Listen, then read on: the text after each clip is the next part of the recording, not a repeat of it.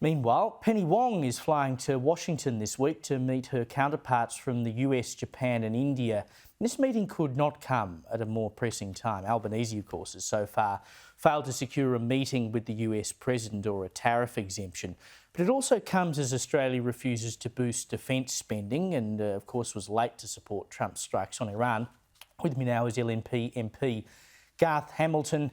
Garth, it's going to be an interesting week for Penny Wong, particularly being in the same room as Marco Rubio. And being in the same room as Marco Rubio, it's about the closest we can get at the moment to having someone directly ask the administration if we can get in a room, with Donald Trump. Surely she's asking that question this week.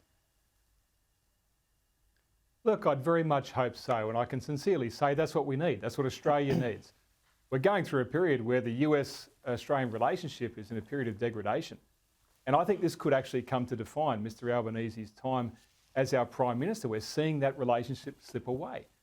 I'm not, presumptuous enough to give Penny Wong advice, but if I would, I'd say, look, take a leaf out of Bob Hawke's playbook.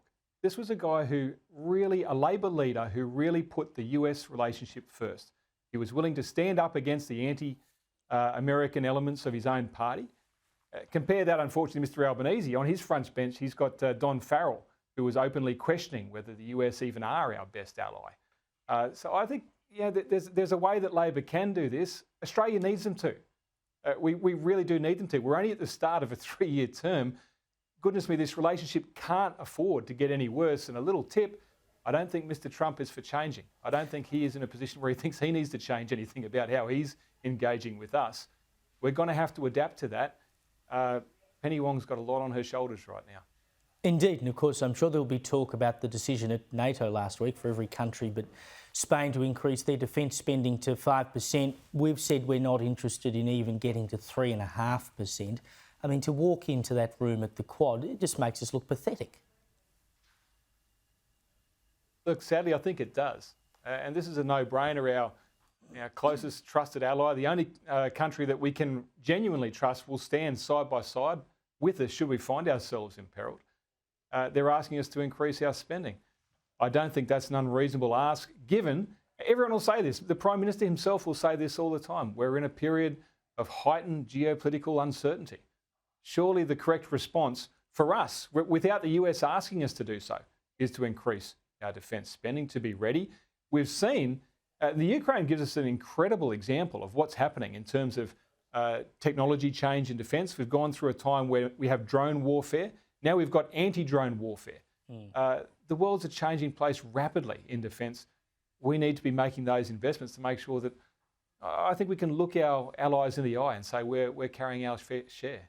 Well, I talk about meetings, of course, as I've said, the PM hasn't managed to cop one with Trump. But, I mean, it looks like Albanese is going to meet with the Chinese President, Xi Jinping, next month in Beijing, which will be the 4th meeting he's had with Xi. And I know he didn't technically choose to meet Xi before Trump. But it kind of goes to the point, doesn't it, that our relationship with the United States is nowhere near as strong as it should be. And we're certainly giving off the overture that we're much closer to China than we are to the US. Well, newsflash, China ain't going to step in and protect us in a conflict, but the US will. I think there's a very clear perception problem that Mr Albanese is facing.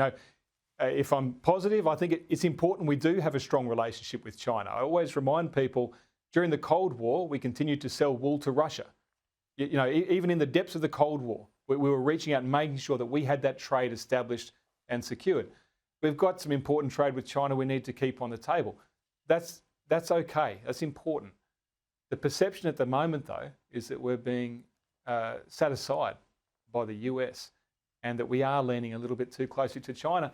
And when we see the Chinese ambassador come out and tell us we shouldn't be increasing our defence spending, and in that particular argument, we're siding with China and not the US, goodness me, it looks bad. It looks very, very bad. And I think we need to be making a very clear demonstration that we sit right beside the US, that they are our ally.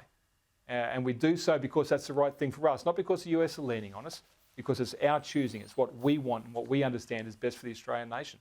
Well, yes, and we believe in protecting ourselves. You'd think that'd be a pretty basic thing, but hard to get through their minds, it would seem. Garth Hamilton, thank you, mate, for joining me as always.